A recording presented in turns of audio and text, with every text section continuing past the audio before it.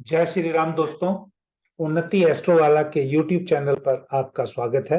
आज इस वीडियो के द्वारा मैं आपको भृगुनंदी नाड़ी और जो कि केपी का कह लीजिए या नाड़ी एस्ट्रोलॉजी का कह लीजिए, पर के कंसेप्ट जो है वो केपी का ही है। तो भृगुनंदी नाड़ी से कैसे अवार्ड, मान सम्मान या आपको कोई प्रमाण पत्र मिलता है तो वो कैसे देखते हैं और केपी में वो कैसे देखते हैं, ये चीजें मैं आपको बताने जा रहा हूं। तो जैसा कि आप जानते हैं, भारत देश में इस टाइम पे क्रिकेट का वर्ल्ड कप चल रहा है और भारत की टीम बहुत अच्छी परफॉर्मेंस भी दे रही है और अभी तक उसने अपने सारे लीग मैच जीते हैं, एक बचा हुआ है और उसके बाद सेमीफाइनल और फाइनल है। तो जो हमारे कप्तान है, उनकी अगर डेट ऑफ बर्थ करेक्ट है, जो मेरे पास यहाँ पर मैंने कहीं सोशल मीडिया प्लेटफॉर्म से ली है और मैंने इसको कोई रेक्टिफिकेशन करने की कोशिश नहीं की, क्योंकि कई बार क्या होता है कि जातक अपने इवेंट्स बताता है तो उससे हम चीज को देखते हैं कि उसका असेंडेंट या जो भी है उसका हाउस कौन सा एक्टिवेट अभी चल रहा है। तो आइए अब देखते हैं कि क्या संभावना है, क्योंकि इस जातक की अभी राहु, सन, केतु, मरकरी की दशा चल रही है। लेकिन क्योंकि हम केपी में जब बात करते हैं तो डीबीए तो लेते हैं दशा, भुक्ति और अंतरा, तो हम यहाँ पर राहु, सन, केतु ही लेंगे और फिर उसके बाद 17 तारीख को, 17 नवंबर को इनका केतु का पीरियड खत्म हो जाएगा, यानी अंतरा में केतु का पीरियड खत्म हो जाएगा और उसके बाद वहां पर इनका स्टार्ट होगा वीनस का। तो यहाँ पर मैंने आपके सामने नाड़ी के सिग्निफिकेटर जो हैं प्लैनेट्स के, क्योंकि जो प्लैनेट है जिसकी महादशा चल रही है वो एक तरह से सोर्स प्लैनेट का काम करता है। उसका नक्षत्र लॉर्ड उसका रिजल्ट देता है और सब लॉर्ड आगे चलकर उसकी क्वालिटी ऑफ रिजल्ट बताता है। तो ये जातक की बहुत टाइम से, क्योंकि राहु का बहुत लंबा पीरियड होता है, तो आप समझिए कि अराउंड 2008 या 2009 से जातक की राहु की महादशा चली। जो राहु की महादशा जो है वो काफी लंबी होती है।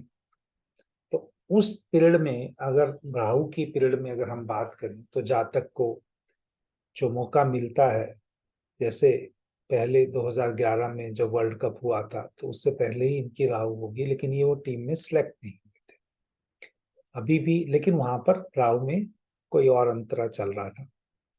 तो यहाँ जब आज 2023 वर्ल्ड कप की बात कर रहे हैं, इतने टाइम पीरियड में ये खुद टीम के कैप्टन है। तो अब जो इनका चल रहा था राहु में सन, राहु जो इनको दे रहा है 2 8 11, सडनली कुछ गेन था 2 8 11, क्योंकि फाइनली क्वालिटी भी बता रहा है। और इनका जो राहु जो है वो अनटैलेंटेड प्लैनेट है। अनटैलेंटेड प्लैनेट जो नक्षत्रा लेवल पे, नक्षत्रा से पहले खुद जिम्मेवारी ले लेता है कि मैं आपको रिजल्ट दूंगा। तो 3 5 7 इस तरह से रिजल्ट आके इनके लिए वो अच्छा पीरियड भी रहा और बुरा भी रहा, लेकिन ओवरऑल जो है, जैसे ही राहु का राहु खत्म हुआ उसके बाद इनके लिए अच्छा पीरियड स्टार्ट हो गया। या आप कह सकते हैं राहु के बाद राहु, और राहु के बाद गुरु में जब इनका मिडल में आया होगा तो पीरियड अच्छा स्टार्ट होगा। अब इनका चल रहा है राहु में सन। सन 1 8 दे रहा है, वीनस 3 7 10 दे रहा है। अब जो इस दौरान इतने सारे मैचेस, इतने सारे रन, इतने सारे रिकॉर्ड, इन दोनों कॉम्बिनेशन की बात करें दशा और भुक्ति की, तो ये राहु और सन की ही रहने वाली है। और दशा बहुत ही इंपॉर्टेंट हो जाती है, उसके बाद भुक्ति और उसके बाद अंतरा।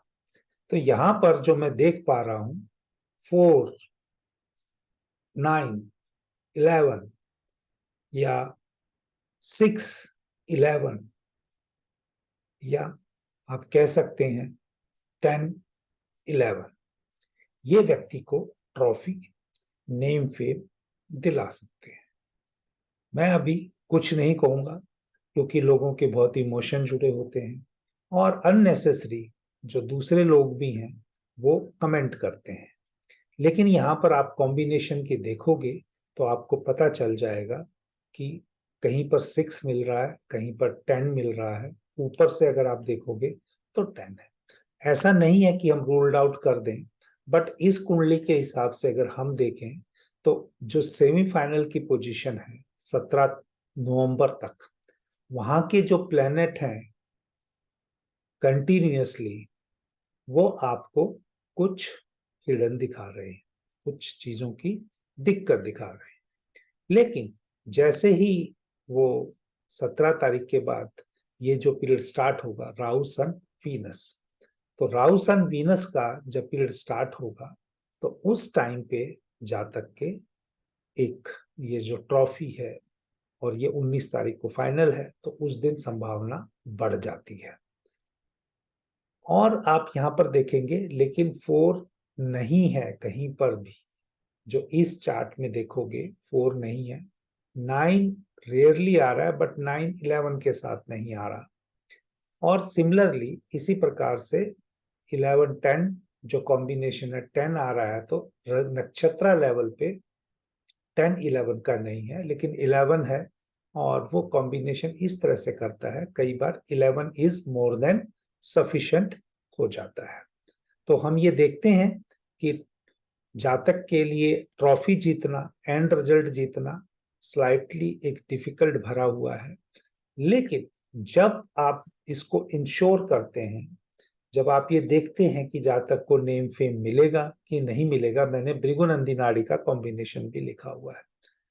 सन, मरकरी और केतु का कॉम्बिनेशन अगर जातक के चार्ट में हो तो उसको उसके हार्डवर्क की वजह से या उसके परिश्रम की वजह से उसको एक दिन नाम सम्मान जरूर मिलता है।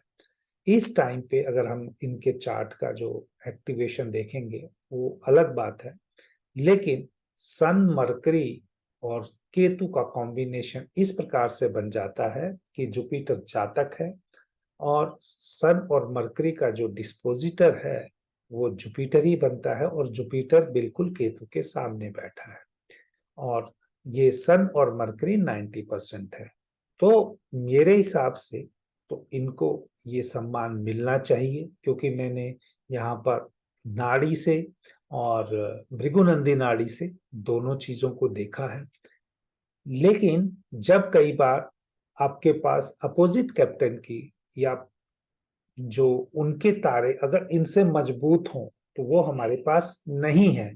अगर वो नहीं है तो उसके लिए फिर हमें क्या करना होगा कि वेट करना होगा और पॉसिबिलिटी जो है हम उसको इसी रेशियो में कह सकते हैं। बट यहाँ पर इनके कुंडली में इनका अगर हम प्रोग्रेशन भी लगा के देखेंगे, एक रैंडमली अगर हम प्रोग्रेशन लगा के देख लें कि इनका 1987 का जन्म है, 1987 के हिसाब से 13 साल वो और 23 साल ये, तो 36वां साल जो इनका जो जन्म है वो अप्रैल का है। तो अगर हम इस तरह से देखें तो 36 कंप्लीट हो गए तो 37वां रनिंग होगा। तो इस हिसाब से मैं आपको कैलकुलेटर, क्योंकि मैंने पहले नहीं किया था तो मुझे एक बार ये कैलकुलेट करना होगा कि 37वें साल में अगर प्रोग्रेशन के हिसाब से, तो इनका प्रोग्रेशन निकालने के लिए 20 डिवाइडेड 30 तो 104, एक मिनट, 240 डिवाइडेड बाई 30 तो 8, 4 साल यहाँ गए, 4 और 12 12 24 28 हो गए। 28 तो यहाँ पर इनका क्योंकि 28 साल से लेके जो 40 साल के पीरियड में है जुपिटर 2 नंबर में बेस बना के बैठा है, थीम लाइफ का वही है। तो 29 यहाँ पर हम अगर गिन लेते हैं 4 और 12 16 16 28 29 30 31 32 33 34 35 36 37 अगर हम यहाँ पर देखते हैं तो 37वें साल में ये सैटर्न जो जुपिटर है वो 10 नंबर में आता है, और वो जुपिटर जो नेटल का है, जो वीनस है, जो प्राइज देता है, तो डायरेक्टली प्रोग्रेशन के वो जातक को लाइमलाइट देते हुए दिख रहे हैं। तो उम्मीद करते हैं दोस्तों आप अपना फीडबैक लिखिएगा। मैं क्लियरली यहाँ आपको किसी का भी डिबेट नहीं डाल रहा हूँ, किसी के बारे में कोई रिजल्ट की पहले प्रिडिक्शन नहीं दे रहा हूँ। सिर्फ एक चीज बता रहा हूँ कि being an captain of Indian team, क्या इस जातक को लाइमलाइट मिलते हुए या नेम फेम मिलते हुए दिख रहा है। देखिए टीम जीतेगी तो सभी को मिलेगा, लेकिन यहाँ पर इनके चार्ट पे देखा जाए तो मुझे लगता है 37वें साल में इनको नेम फेम और बहुत सारी प्रोग्रेस मिलती हुई दिख रही है। तो उम्मीद करते हैं जैसे आपको ये वीडियो पसंद आया होगा दोस्तों, और अगर आपको पसंद आया है तो इस वीडियो को लाइक भी करें और चैनल को सब्सक्राइब भी करें। जय श्री राम।